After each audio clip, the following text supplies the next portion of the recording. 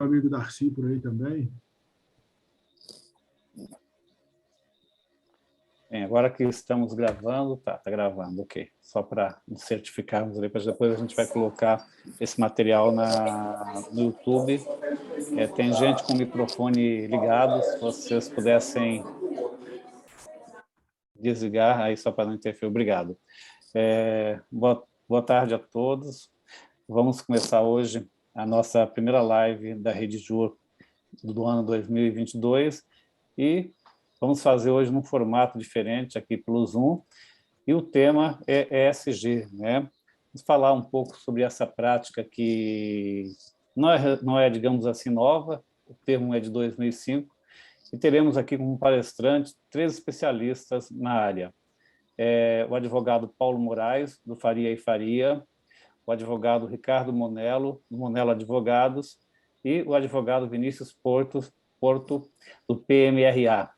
Eu gostaria de começar com uma pergunta para o Paulo, e depois a gente vai seguir com as perguntas também para o Monello e para o Vinícius, e as pessoas poderão fazer perguntas aqui também pelo Zoom. Eu solicito apenas que marque aqui o levantar a mão para eu conseguir identificar a ordem de elaboração das perguntas. Paulo, primeira pergunta que vai para você. Essa é uma prática nova, assim, porque está se falando muito na pandemia de ESG, pensando aqui na tradução da sigla que veio do inglês, para falar de práticas ambientais, práticas sociais e governança. É algo novo ou é só uma moda?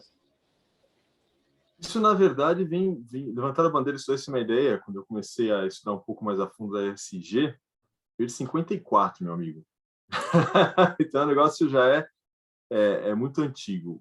Por que isso daí o pessoal acaba falando muitas vezes que virou a moda, né? Por que chamou a atenção nisso tudo? Teve um Fórum Econômico Mundial aí em Davos, na Suíça, em 2020, que acabou chamando muita atenção em relação a isso.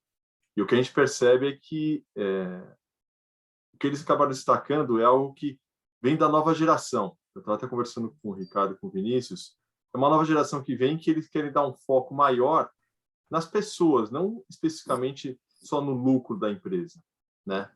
E por isso que eles acabam chamando esse ISD ou né, ambiente social e governança, né? No Brasil vamos chamar de ASG, que é o foco no meio ambiente, que é o foco no que a gente chama de stakeholders, né? Os stakeholders nada mais são do que as pessoas que contribuem com a empresa. Então, eu tenho um fornecedor que vai me fornecer um serviço, o pensamento agora não é você acabar estrangulando ele para obter maior quantidade de lucro. A finalidade dele hoje em dia é você ser um parceiro, você ser uma pessoa que você vai remunerá-lo e você também vai focar que esse circuito, né, de capital, de compra e venda e empenho vai ter algo para poder retornar. E isso é que a gente acaba falando que é a governança, é a forma como você acaba lidando com a empresa, né? A questão do meio ambiente também é algo que é muito bem vista hoje em dia. Você não pode ser uma empresa que acaba se pronunciando como uma empresa que se preocupa com o meio ambiente, só que você está lá financiando uma série de negócios que vão completamente de encontro a isso. Só que eu entendo que isso não é uma moda, eu acho que veio para poder ficar, tá? E veio para poder ficar em função dessa nova geração que nós temos, né? Você vê que nós temos, por exemplo, a Nike, que ela é patrocinadora de jogadores no mundo inteiro, e se esse jogador acabar pisando um pouco fora da faixa e fazer algo que não seja, digamos assim, ético, né? Ou que acabe difamando a imagem dele, ela não vai querer ter um vínculo com essa empresa, não vai querer vincular a imagem da marca dela, que é patrocinadora, com uma determinada pessoa ou determinada empresa, né?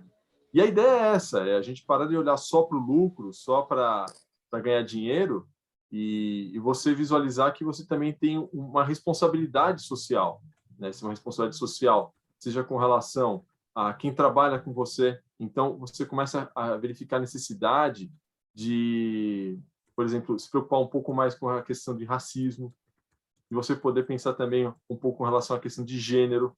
Então, a minha empresa, hoje em dia, ela tem que começar a olhar um pouquinho para dentro e falar, espera um pouquinho só tem homem aqui administrando a empresa, né?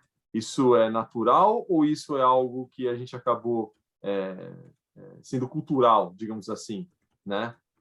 E se você reparar, hoje em dia, até departamentos jurídicos, pelo menos da minha parte, com os meus clientes, a maior parte são mulheres, né? E isso é algo que veio para ficar, é algo que é importante, eu acho que é interessantíssimo, né?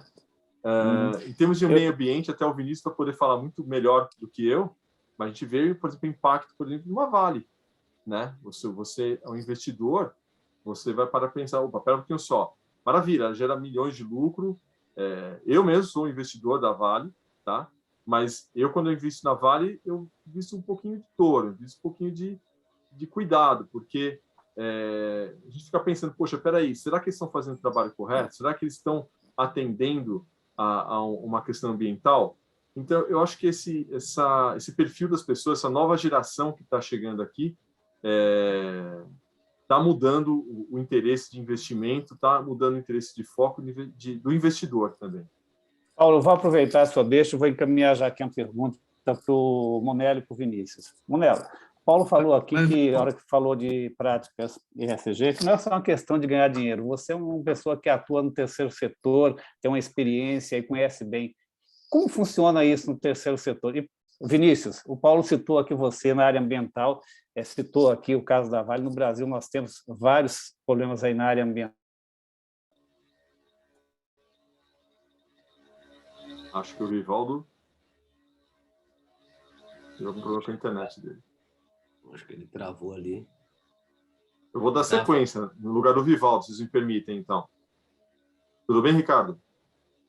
Pode dar sequência. Vou dar sequência contigo, então.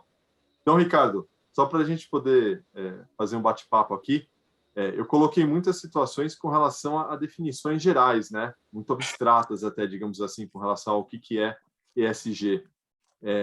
Você tem essa vivência com relação ao terceiro setor? Como é que você tem enfrentado isso daí? Né? Porque às vezes o pessoal fala assim, é legal ter ESG, é muito bonito, mas na hora que eu tenho um cliente que ele acaba não atendendo, como é que eu procedo? Né? Como é que a gente dá sequência a isso? Né? Qual que é a sua vivência a respeito disso? Boa reflexão, viu, Paulo? Bom, primeiro, boa tarde a todos. Alegria estar aqui com o Paulo, com o Vinícius, queridos amigos, e também na presença do nosso presidente da Redejur, o Dr. Helder Nascimento, cumprimentando aí por realizar não só essa live, mas essa live de um tema que tem suscitado interesse, curiosidade de profissionais, de estudantes, de várias áreas e em todo o Brasil.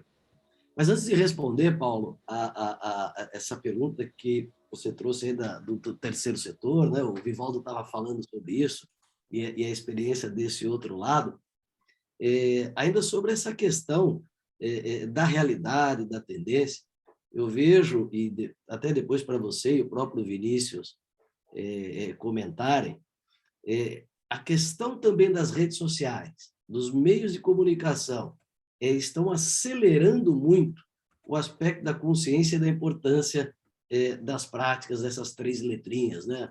O social, o ambiental e a governança. E a gente tem visto uma questão hoje, que a gente fala, né, nas redes sociais, o cancelamento, o lacrar, entre outras coisas, que isso tem acontecido com empresas que se distanciam das boas práticas ou das práticas de sustentabilidade, e isso tem um peso significativo na captação de recursos do acionista, do cliente, entre outros. Ainda esses dias eu acompanhei umas discussões de um grupo em redes sociais pregando algumas marcas que lá atrás foram ligadas até ao nazismo na Alemanha e batendo forte, marcas de roupas, marcas de carros, e isso é algo que sempre se preocupou? Creio que sim, mas a proporção que temos agora e a velocidade que as coisas se mostram, trazem para nós como isso é uma pauta extremamente importante para a sustentabilidade das empresas e na relação com esse público. E quando a gente fala de público, ainda complementando, se é possível dizer isso na sua fala inicial, quando a gente olha essa geração, os millennials, geração Z e tal, é uma turma, uma galera que quer a compra com propósito. E são eles que estão movimentando e que vão movimentar o mercado doravante. Olha, não compro desse porque lá no passado ele fez alguma coisa. Não vou trabalhar nessa empresa porque há 10, 20, 30 anos atrás ela errou na condução de alguma trajetória. Então, é uma realidade, não é algo distante, e que qualquer empresa. A gente vê aí todos os portes de empresa. Hoje mesmo, assistindo o jornal aqui em São Paulo, veja só o impacto. Saiu na televisão uma escola que amarrava bebês de 1, 2 anos de idade para dar comida. Isso aí, e o advogado, obviamente, fazendo o contraponto, dizendo que não foi isso, tal, mas aquilo já foi para a marca da empresa, para a imagem da empresa. Então, essa preocupação dos cuidados no dia a dia, não só grandes ações, não só desastres ambientais, mas comunicações mal planejadas, mal feitas, produtos mal dimensionados, vendas mal trabalhadas. Então, isso é o dia a dia. E quando a gente olha para o terceiro setor, o ISD, o ESG, ele tem uma relação muito ampla e de duas formas. As entidades sem fins lucrativos, ou terceiro setor, né, para quem não é tão afeto ao tema, o terceiro setor são as instituições sem fins lucrativos que, na sua essência, existem para corrigir ou atender demandas sociais, ambientais, culturais, educacionais, no sentido mais amplo possível. Então, elas lá na frente já entregam algo de impacto para a sociedade. Ocorre que aquelas instituições que adotam não só no serviço, na atividade fim, mas na forma como elas atuam, as práticas de sustentabilidade ESG, elas não só vão se comunicar melhor e trabalhar melhor, como, acima de tudo, o ponto central do terceiro setor, são as dificuldades de captação de doadores. Então, vão melhorar para o doador. Então, o Paulo trouxe na abertura, o investidor, o investidor da empresa. No terceiro setor é a mesma coisa, eu dependo de verba pública, de doador, de apoiador. E esses, cada vez mais, ficam preocupados com essas práticas das OSCs ou das ONGs, como muita gente conhece. O Vivaldo acho que já voltou. Vivaldo, Já voltei aqui. Coisas da tecnologia, a internet me desconectou. Eu tinha feito essa pergunta aí para o Monello, que o Paulo fechou. E, Vinícius, o Paulo tocou aí na questão da Vale, né? Na área ambiental, há uma preocupação que não é de hoje, da própria sociedade, que começa aí a fazer um trabalho não só de fiscalização, mas até de consumir, na hora de consumir, olhar que práticas têm as empresas. A partir da sua experiência, como que você olha a questão dessas práticas da área ambiental, social e de governança nas empresas? Pensando um pouco aí na realidade, como que você trabalha na área ambiental. Vivaldo, boa tarde.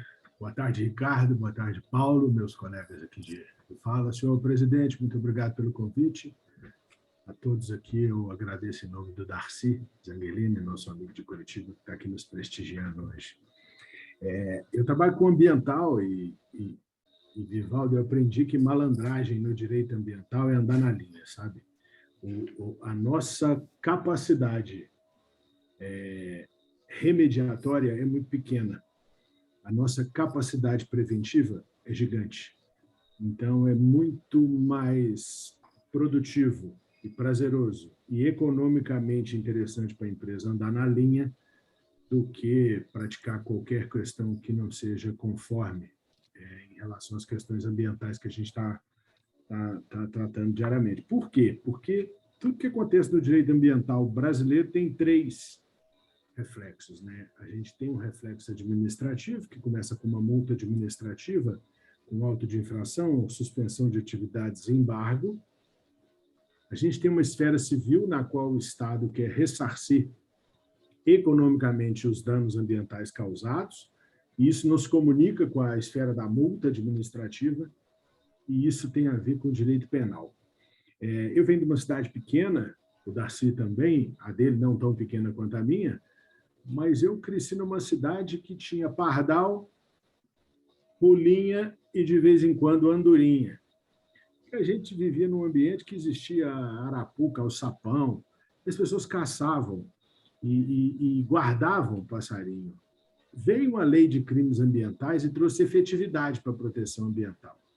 Então, muito mais do que uma questão de consciência, no Brasil, o direito penal, que deveria ser uma medida ultimista, acabou se tornando uma tábua de salvação.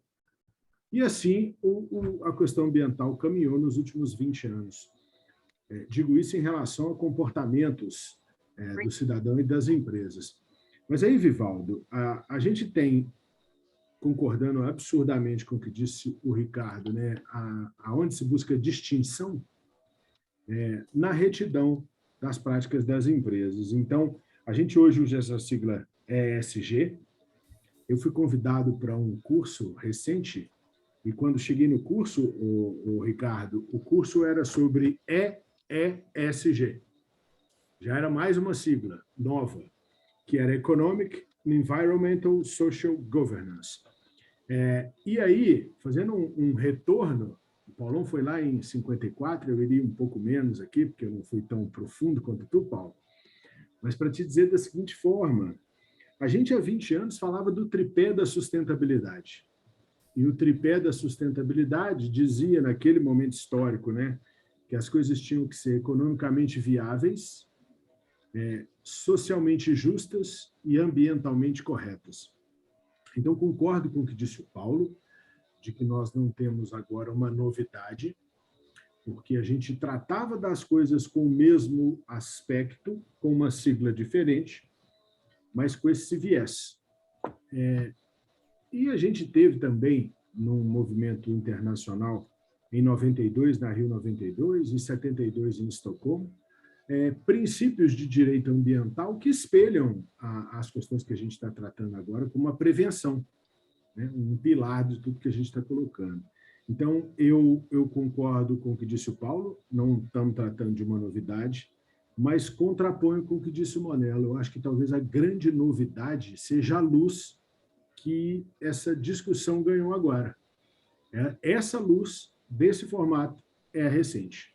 E eu acho que isso é o que as empresas estão buscando, estão aproveitando e estão trazendo aqui para a mesa de discussão, seja na hora de contratar, né? Então perguntam das práticas de ESG das empresas, perguntam-se das práticas de ESG dos escritórios de advocacia. Dia desses, eu e uma das advogadas que trabalha comigo, a doutora Milena, fazendo uma audiência com o Ministério Público, e disse: o senhor poderia apresentar para a gente um documento com as práticas de ESG da empresa? Então, até o Ministério Público, até o Poder Público em geral, quer saber o que as empresas estão fazendo em relação às suas melhores práticas. Então, há tempos atrás, Vivaldo, a minha santa mãezinha me dizia: meu filho, por que tu não para de trabalhar com isso? Você vai trabalhar com algo que dá dinheiro? E o fato é que a questão ambiental virou uma prioridade. A gente hoje não tem mais aquele trabalho esparso, raro, e pelo contrário. Hoje, seja uma empresa de grande porte, uma multinacional de mineração, seja um pequeno produtor agrícola, sabe, um produtor de queijo aqui do interior de Minas Gerais, ele tem interfaces ambientais das mais variadas formas. Obrigado, Vinícius. Pode ser que você trabalhe com algo que não dê dinheiro, como a sua mãe falou, mas quem não tiver essa preocupação vai deixar de ganhar dinheiro, digamos assim, né? Porque o consumidor está atento. Eu queria aproveitar e perguntar para vocês, essa é uma pergunta geral, dá para a gente relacionar esses princípios com a preocupação que as empresas passaram a ter há algum tempo com compliance? Eu estou abrindo a pergunta para vocês. Quem quiser falar primeiro, toma a palavra aí. Eu vou tomar a frente aqui, para todo mundo... Quer falar, Vinícius? Pode puxar a fila. Puxar a fila? Então vamos lá. Eu acho que está intimamente vinculado à compliance, sim. Na verdade, a gente para poder pensar, as empresas, eu praticamente tenho vivenciado muito esse impacto no Brasil com relação ao brasileiro querer investir em ações. Isso daí, para mim, chama muita atenção com relação à minha atuação como advogado. E por que isso daí? Porque nós começamos a perceber o seguinte: a atuação como advogado não é só uma atuação técnica com relação à letra fria da lei. É uma questão de você poder compreender a realidade e um círculo social em volta da origem do problema que se discute numa demanda judicial, né? E o compliance tem um vínculo muito forte com isso, né? E por que tem vínculo forte? Porque quando você fala até no G de governança, você fala o seguinte: espera um pouquinho só, eu tenho a minha meta, eu tenho meus princípios da minha empresa, eu tenho digamos assim, um manualzinho que eu tenho que seguir, né? Que foi combinado aqui dentro da empresa. Isso está sendo cumprido? Isso está sendo feito direitinho? E por que isso é importante que isso seja feito direitinho? Porque quando você investe numa empresa, você tem uma expectativa que ela vai ser diligente, né? Que ela não vai cair de preço. E quando você investe numa empresa, e acontece, por exemplo, o que a gente acaba falando de greenwashing, que é um termo técnico que eles utilizam em que sentido? É aquela empresa que se diz verde, mas na verdade ela não é verde. E saíram notícias recentemente até com relação a montadoras que acabaram informando que tinham crédito de carbono reduzido, e aí houve ação. Já está havendo condenação com relação à indenização frente ao consumidor, né, diante dessa propaganda que não é verdadeira. Isso gera indenização, isso gera dano à empresa, isso começa a representar em pecúnia. E o compliance está intimamente ligado a isso daí também, para poder saber se o que você está fazendo, você está cumprindo com o que você se comprometeu, né? Se a gente parar para poder pensar friamente, o investidor tem direito também de indenização contra a empresa diante de uma gestão dele. Então, eu acho que o compliance realmente é um pé importante digamos assim, nesse instituto, né, do ESG. Quer complementar aí, Vinícius? Claro. Eu queria colocar uma questão que eu acredito super importante, aprendi com o Ricardo Monello o dia que a gente estava conversando a respeito. ESG está ligado à integridade, né, Ricardo, como você coloca.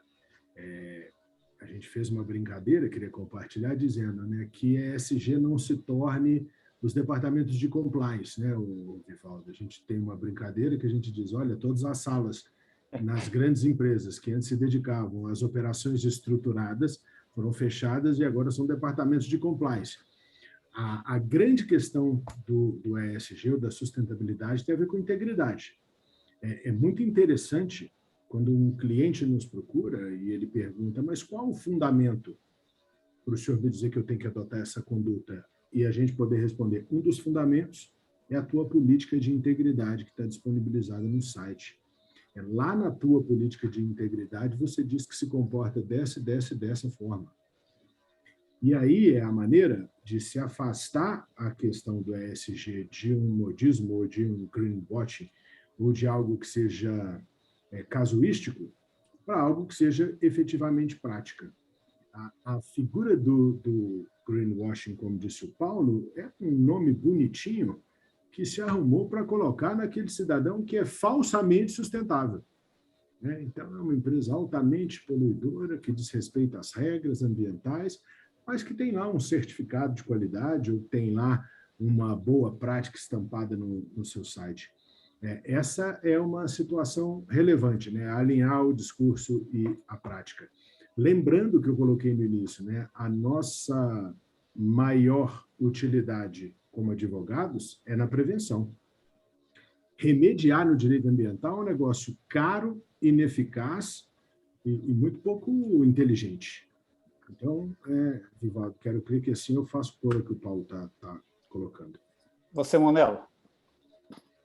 Bom, falar depois dos dois aí já mandaram muito bem, né? São os professores. Mas eu vou pegar assim algumas palavras do Paulo e do amigo Vinícius. Quando a gente fala, Vivaldo, de compliance, principalmente terceiro setor, ou integridade, principalmente a integridade, se vê muito sob uma ótica, se eu recebo recursos, eu preciso, se eu não recebo, eu não preciso. Então, esse é um conceito equivocado. Mas para que eu chamo essa atenção? O primeiro aspecto do compliance que eu traria para a questão do ESG é a cultura da empresa, cultura da organização. Eu preciso mudar essa cultura de eu faço isso porque eu fico melhor na foto, ou porque vão gostar mais de mim. Então, e aí eu caio no que, de certa forma, o Paulo trouxe, do greenwashing. Hoje tem pessoas que falam também do social washing, né? Ou seja, nitidamente aquela foto bonita da ação social para ficar legal no marketing. Que, diga de passagem, durante a pandemia, vimos muitas empresas fazendo o que hoje se fala social washing. Mas, e aí, o que eu digo? Né? É que a gente pode aprender com a cultura do compliance. Foco na prevenção. Então, esse é o primeiro ponto. Atitude de prevenção em relação ao cuidado ambiental, ao cuidado social e as boas práticas de governança. Mas talvez me permita, o Paulo e o Vinícius, quando nós falamos com o empresário e também com parte do terceiro setor, o conceito geral do compliance, cumprimento da regra e das normas. Essa é a tradução mais simples do negócio. O que, na minha opinião, nós devemos esperar do ESG é que, no cumprimento de regras e normas, eu faça aquilo, eu empresário e eu OSC, aquilo que melhor impacta na sociedade. Aquilo que, de fato, a gente fala em materialidade no ESG, que cria valor no hoje e no amanhã para a instituição. No terceiro setor, a gente fala muito do impacto social, né, do investimento social. Então, é aquilo que, além de ser certo, ele faz o resultado correto. E aí, um outro aspecto que a gente pode aprender com a cultura do compliance, da conformidade, ou mesmo da integridade, é a gestão do risco. Então, não é só estabelecer um procedimento correto, mas aquela atitude retroalimentadora do nosso dia a dia. Ou seja, eu faço, eu testo, eu analiso, eu corrijo, eu implanto de novo. E quando eu falo em gestão de risco, eu tenho um problema ambiental, eu tenho um problema social, como é que eu lido com isso? Qual é a transparência que eu lido com isso? Como é que eu estou comunicando isso dentro da instituição? E a gente já percebe que também nessa linha de compliance e integridade, além da figura da alta administração extremamente comprometida, o aspecto da ética passou a ser algo ainda mais importante. É top-down e para todo mundo, inclusive com parceiros, entre outros, como o Paulo falou logo na abertura. Com quem eu me relaciono? Por que eu me relaciono? De que forma eu estou me relacionando? E aí a gente percebe um outro aspecto, que é um dos tripés do programa de integridade, como o Vinícius também trouxe, que é o canal de denúncia, que hoje já começa a receber situações, olha, não é só da operação da entidade, mas o reflexo social ou ambiental da operação da entidade ou da empresa. Então, há uma sinergia muito grande entre o compliance, e o compliance está dentro da governança. Uma empresa que não tem um compliance, ela não cumpre seu estatuto, seu contrato, sua norma, ela já está falha na governança. Se ela não tiver segregação de funções, de responsabilidades, de órgãos, ela não está fazendo governança. Então, ela certamente não está, vamos dizer, não digo integralmente, mas plenamente ou bastante integrada aí ao ESG. Obrigado, Monello. Para quem não pegou desde o início, a ideia é que vocês possam fazer perguntas. Eu pedi aí para quem tiver interesse em fazer pergunta para levantar a mão. Eu queria passar a palavra aqui por Darcy, que foi o primeiro a marcar aqui, levantar a mão. Darcy, a sua pergunta, seu comentário, por favor. Boa noite a todos, amigos. O Ricardo comentou no início que ele fez um convite para um grupo de empresários, alguns não sabiam o que eram as siglas, né? Então, isso denota que está muito incipiente aí na questão. Como que os senhores pensam que seria interessante para fazer com que a coisa pegue Vocês pensam que aquela velha fórmula vai precisar existir alguma subvenção fiscal, algum incentivo fiscal para que as empresas possam se interessar em aplicar isso na prática? Ou vocês acham que a sociedade está madura a ponto dela própria levar as empresas à adoção dessas soluções sociais, ambientais, de governança?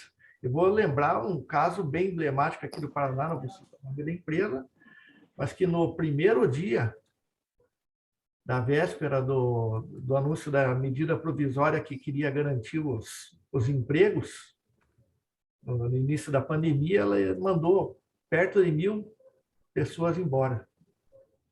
E era uma apoiadora do governo. Isso pegou muito mal a ponto de, nas redes sociais, se criarem grupos lá, não compro mais dessa empresa.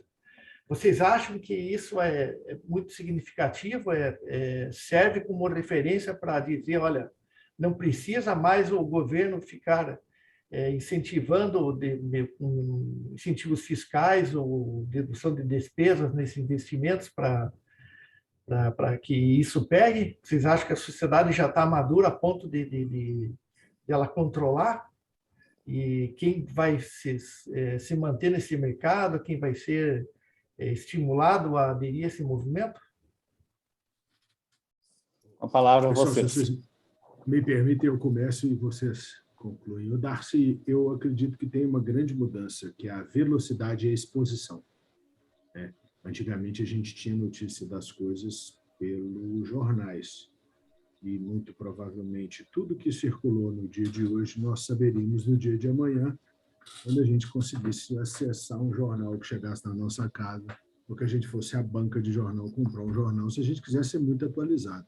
Senão, a gente ia pegar na revista semanal aquela notícia. E hoje está tudo a tempo e modo documentado.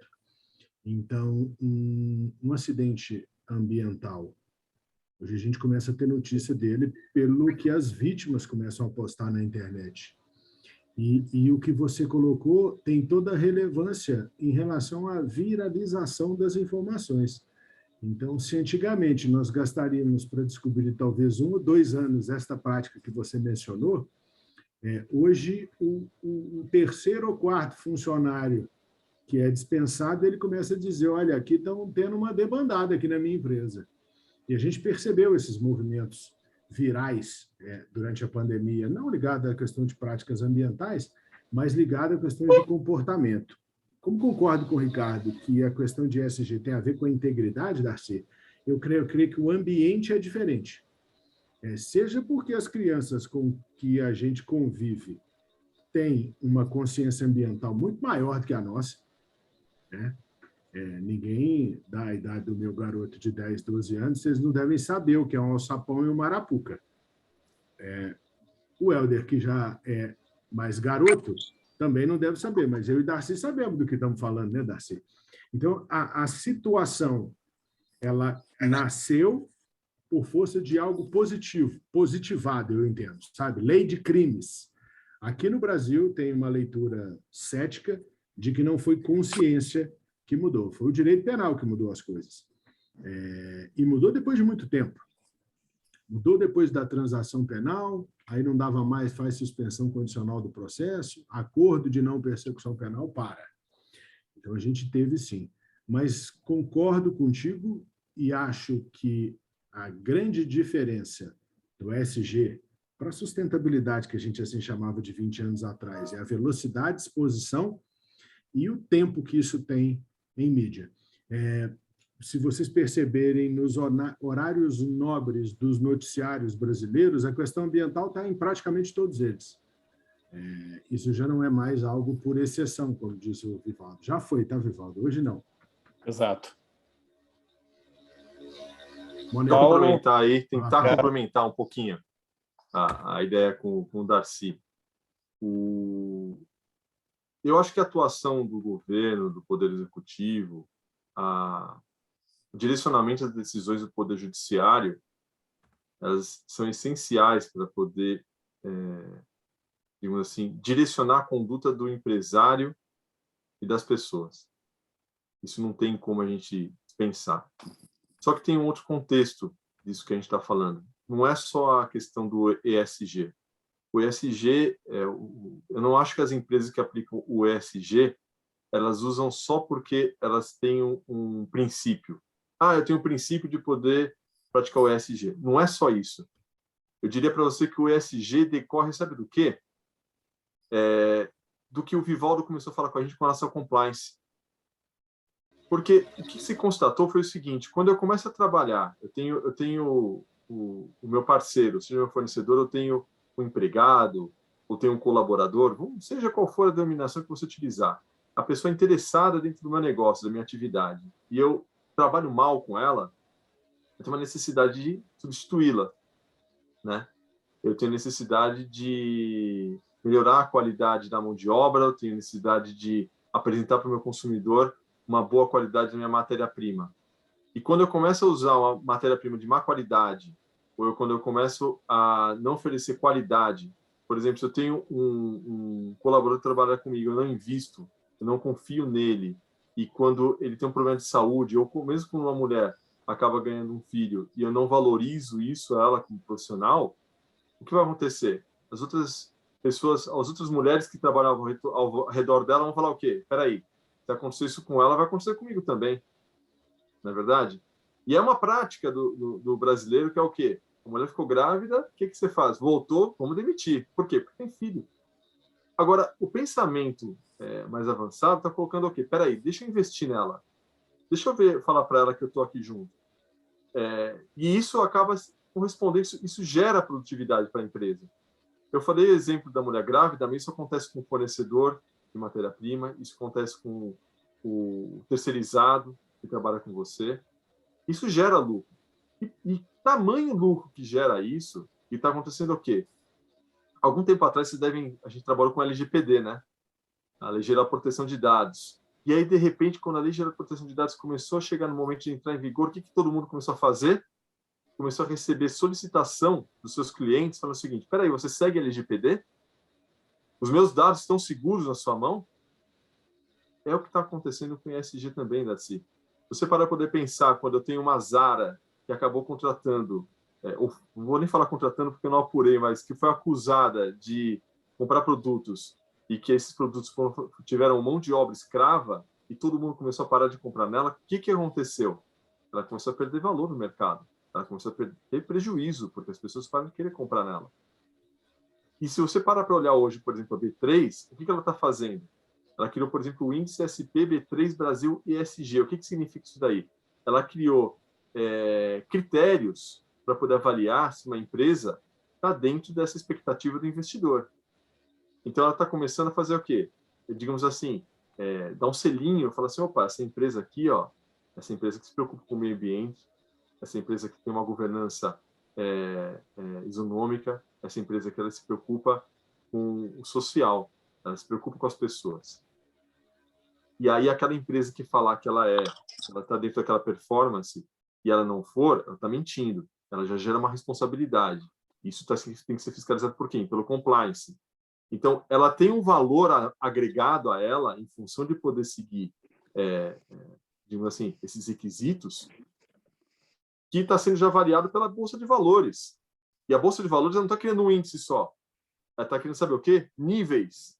Então, você se declarou, você foi lá, preencheu o seu requisito. Olha, eu sou uma pessoa que tem um equilíbrio com relação a quem é um contrato, eu sou uma empresa que protege o meio ambiente, eu troquei minhas lâmpadas, agora estou trabalhando na área digital. Mas não basta isso. ESG não é só isso, né? Ela tem que ir mais a fundo, ela tem que olhar para dentro, ela tem que ter uma pessoa que... não, mas quem vai tocar agora ESG aqui na minha empresa? Vai ser o pessoal da RH? Deixa o pessoal da RH, porque a gente fala que tem ESG e está tudo bem. Não, não é assim mais.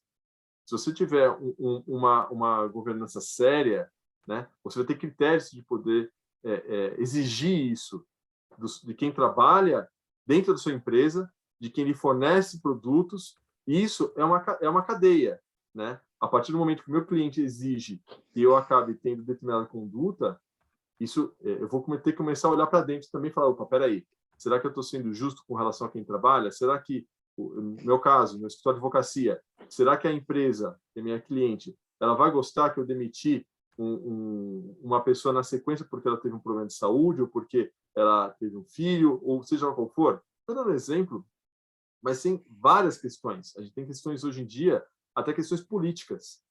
E impacta isso, não tem como, né? A postura de cada um impacta nisso.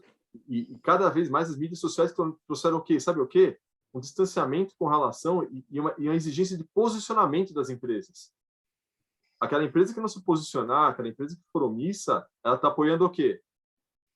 O lado que você não é. Ela está apoiando com relação àquela empresa que não se preocupa com relação às pessoas, que não se preocupa com relação ao meio ambiente.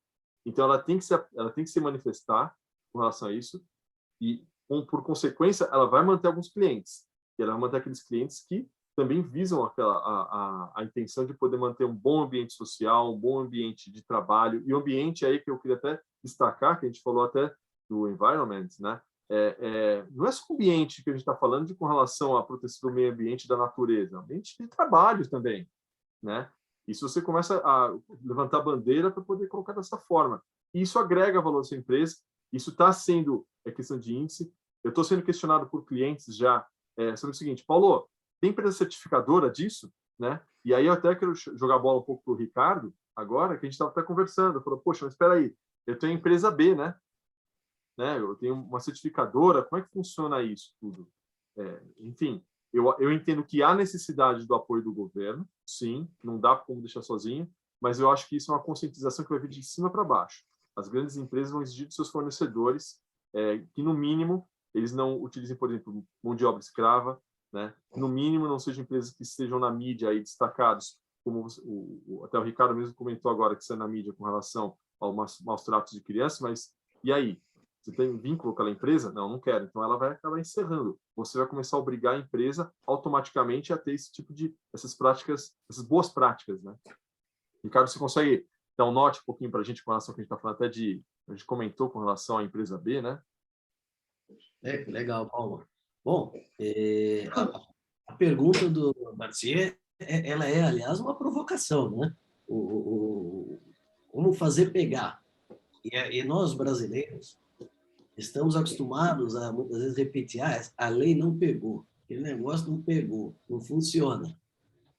Mas é importante, na fala dos colegas, como vocês já frisaram bem, é algo que vai além de uma posição de governo A ou B.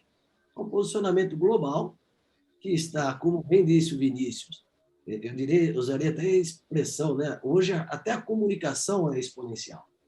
Então, é muito rápida e pode ser muito cruel, dependendo do que ela está levando. Já está pegando, já está pegando. Quanto à subvenção, eu até entendo, sim, que os governos têm obrigação, e alguns tendem, em termos globais, a apoiar e ter um discurso alinhado com essas práticas, de país para país. Mas nós podemos até falar que, eu particularmente, eu não vejo como o subsídio como o caminho, usar o dinheiro público para isso. Então, muito embora, poderíamos até dizer que, de certa forma, até que meio que indiretamente, isso existe. Quando nós temos doações dedutíveis, financiamentos de projetos de impacto ambiental, de impacto social, por empresas ou OSCs, isso, de certa forma, é o que a gente pode até dizer que existe algum subsídio financeiro.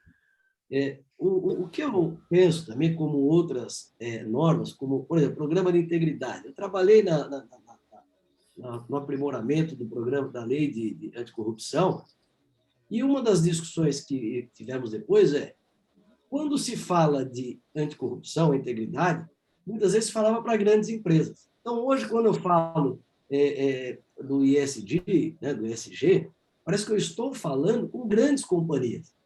Então, nós temos que simplificar, e assim como foi feito pela CGU, olha, o que a pequena e média empresa faz, que já tem ali a sua preocupação com sustentabilidade. Isso é possível quantificar, mensurar até contabilmente, divulgar. Então, eu acredito que, para que ela realmente pegue mais do que recursos, são pequenas práticas do dia a dia. Sabe aquele negócio dos pequenos hábitos que geram grandes mudanças? E o ESG, talvez, doutor Darcy, seja nesse sentido.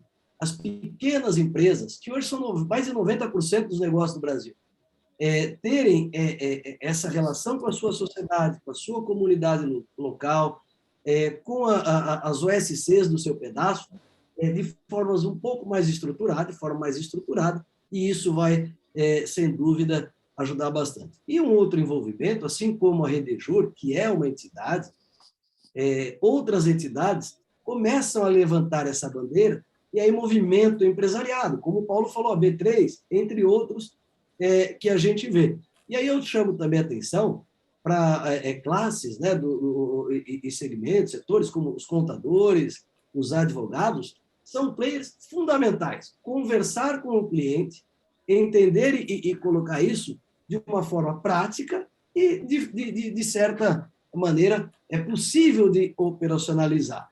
E aí a gente, muitas vezes, como o Paulo trouxe, o pessoal fala, pô, mas existe certificação?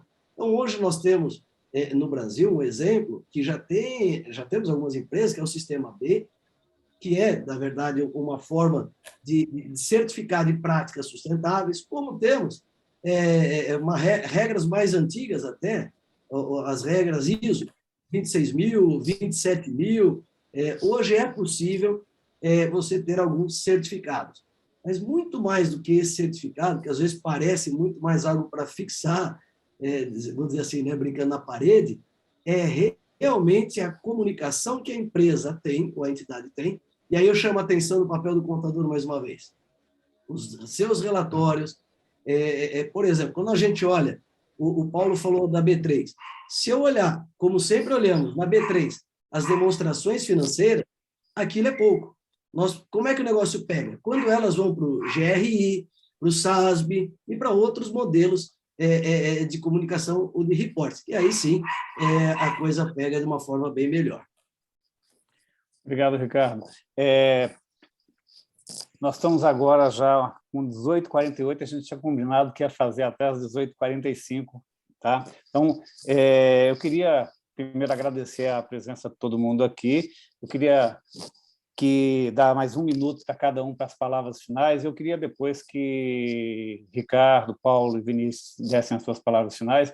Eu queria passar também a palavra para o presidente da Redejur, o Helder Nascimento, que está aqui, até porque essa é a primeira live que nós estamos fazendo, e também porque a Redejur vai lançar, neste ano, um livro sobre ESG. E aqui temos um grupo de pessoas interessadas e potencialmente autores de artigos para o livro. Então, vou passar aqui, vou sugerir Vinícius, Paulo, Ricardo e depois o Helder. Vivaldo, eu agradeço aí sua condução, ao Paulo e ao Ricardo por terem aceitado dividir comigo esse final de tarde, ao presidente que está aí nos liderando e por ter aberto essa oportunidade. A todo mundo que está aqui sofrendo no final de tarde essa apresentação, obrigado ao time do escritório, que eu já vi alguns de vocês aqui comigo, aos amigos, ao Darcy, mais uma vez, e dizer o seguinte, assim, dentro de um tema tão relevante, eu acredito que nós, advogados, podemos nos portar com extrema utilidade, sabendo da nossa diminuta capacidade de remediação, mas da nossa absoluta capacidade de influir positivamente na tomada de decisões mais acertada pelo pessoal que nos consulta, no direcionamento certo das medidas que eles devem implementar. Né? A gente acorda de manhã sobre a égide de uma legislação, dorme sobre outra. A vida do empresário no Brasil, na área ambiental, também não é simples. Não é fácil de se investir. E voltando, né? Eu ouvi de um cliente querido, já falecido, o Monello, há coisa de 20 anos atrás, que tinham 2 pessoas que mudavam o mundo, o consumidor e o banqueiro. O consumidor pode opinar, pode, de forma muito firme, impactar no que nós estamos vivendo, e o banco, como emprestador de dinheiro hoje, exige uma licença ambiental, coisa que não se exigia antigamente. Pede para ver as outorgas de uso de água do cidadão. Então, que a gente tenha isso como uma cultura para frente e não como uma moda, foi o ponto que a gente tratou. Obrigado a todos. Bom, primeiro eu gostaria de agradecer a a oportunidade aí do nosso presidente Helder, da Rede Jur, sempre apoiando com relação às boas ideias e os amigos que vão lapidando para a gente conseguir atingir uma finalidade de poder divulgar o trabalho que os associados vêm criando e essa confiança, né, que tem a gente poder criar novos temas, novos desafios, né? Queria aproveitar e agradecer quem me deu a ideia do ESG, que foi o César Peducci, que está aqui assistindo a gente. Ele que levantou a bola numa discussão do nosso último livro aí. Levantou essa bola, começou a discutir, eu comecei atrás, gostei, achei ótima a ideia, me apaixonei e a gente sempre é parceiro aí, junto mesmo com o Vinícius, com o Ricardo, todo mundo da Rede Jur, mas é o cara que deu a ideia. E quando eu comecei a ver, falei, a questão social para mim foi onde bateu, né? E ele falou, eu acho que a ideia é boa. Então a gente levantou e é quem vai coordenar o livro também junto com a gente. Aí. A ideia é 5%, o que importa é a energia que vem depois. Mas fiquei contente de ver o envolvimento do nosso grande amigo, colega, ídolo Vinícius, porque é o cara, né, e sempre foi do ambiental, e tenho certeza que essas pessoas aí que compuseram esse painel que vão fazer a diferença na produção dos artigos, na produção intelectual aí que vem nessa obra que a Rede Jur vai produzir. Parabéns para vocês hoje, viu? Obrigado pela homenagem, Paulo. Obrigado. Cezinha, não mereço. Muito obrigado.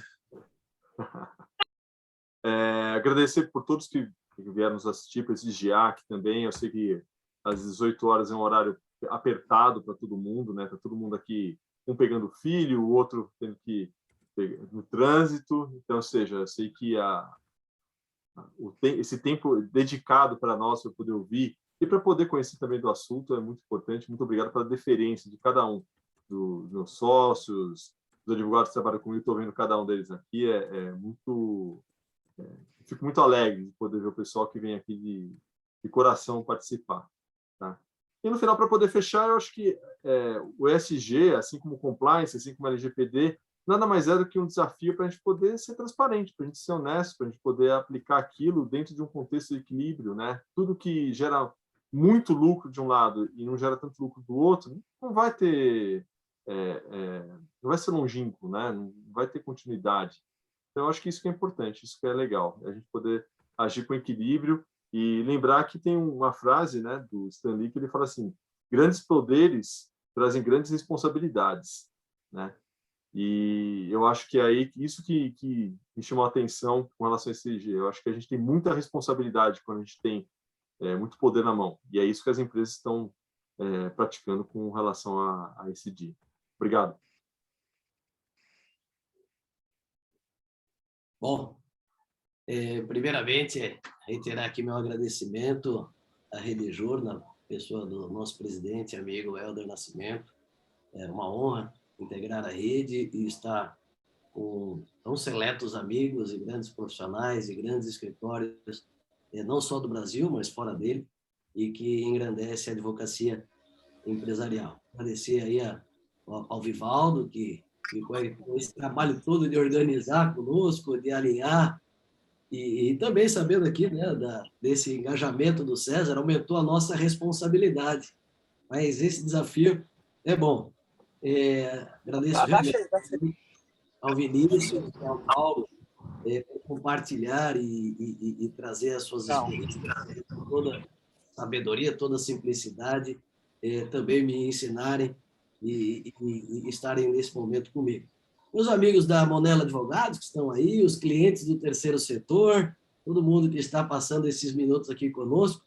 E aí, como a minha área, mais especificamente, é o terceiro setor, mas não só para eles, eu diria, né, o ESG, como o Paulo disse, como o Vinícius também colocou, é um grande desafio, uma grande oportunidade, à medida que nós, nas nossas organizações, possamos enxergar a sustentabilidade que tem que fazer parte da estratégia, mas, acima de tudo, da ação concreta e estruturada. Talvez um grande ponto que eu deixaria aqui para as organizações da sociedade civil primeiro pensar na sustentabilidade de modo mais amplo e dentro da estratégia e da ação. E falando para essas organizações do terceiro setor, no dia a dia, e para as pequenas empresas também, né, ações como voluntariado corporativo, pequenas ações podem sim fazer um impacto social. O que eu falei, né, ali no começo, criar um valor de verdade no hoje e no futuro na sua comunidade, aonde quer que ela esteja. E o terceiro setor tem grandes oportunidades no desenvolvimento de políticas públicas no aspecto ambiental, social, através da própria Lei 13.019, o marco regulatório das OSCs, abre-se, então, um espaço ainda maior para o desenvolvimento do terceiro setor. Então, o terceiro setor, ele juntamente com as empresas, podem protagonizar não só a questão do ESG, mas mostrar para a sociedade como se trabalha em parceria em prol da própria sociedade, do mundo, de uma forma extremamente eficiente. Então, e por fim, gente, aquilo, por menor que seja, que a sua empresa, que a sua organização faça, tenha métricas, controle, e, se possível, com o seu contador, mensure, registre e divulgue. Muito obrigado, fico à disposição de todos vocês. Bem, eu gostaria de cumprimentar e agradecer os nossos expositores de hoje, debatedores, o Vinícius, o Paulo, o Ricardo Monello, e também cumprimentar o Vivaldo pela excelente condução dos trabalhos desta noite. A temática que nos apresentaram agora tem uma relevância para descortinar o papel do advogado nesse novo contexto. A gente precisa buscar se reinventar, adentrar em novos espaços, em novos mercados, em novas realidades. E esse trabalho de ESG também é uma oportunidade significativa para que o profissional do direito possa inovar, porque é um tema intrínseco à governança. E, portanto, a governança jurídica também, que precisa ser explorada como uma oportunidade interessante de melhoria das organizações. Então, fundamentalmente, nós precisamos buscar essa compreensão maior, nos aproximar do tema do ESG e de outras realidades que o direito vem trazendo como novidades. O direito tem esse dom de se reinventar, né, de vir à frente, vir depois dos fatos, mas sempre iluminando o caminho. Por isso, a Redijur vem trazendo essa temática, essa é a primeira live do ano de 2022, e nós esperamos ter cada vez mais adesões ao nosso projeto de Redijur e conseguir alcançar os melhores resultados. Então, eu queria agradecer muito pela participação de todos nesta noite e desejar assim, um bom descanso e até um novo momento. Obrigado. Mais uma vez, obrigado a todos. E antes de encerrar aqui a nossa gravação, em breve voltaremos com notícias aí da dupla Paulo e Peducci sobre o planejamento, o cronograma para trabalhar o livro. Boa noite, gente, e obrigado aqui pela presença. Vamos depois também disponibilizar essa gravação no YouTube e no site da Redijur e também no IGTV, tá? Para quem não teve a oportunidade, poderá conferir lá depois. Boa noite, obrigado a todos. Boa noite, fiquem com Deus. Até logo.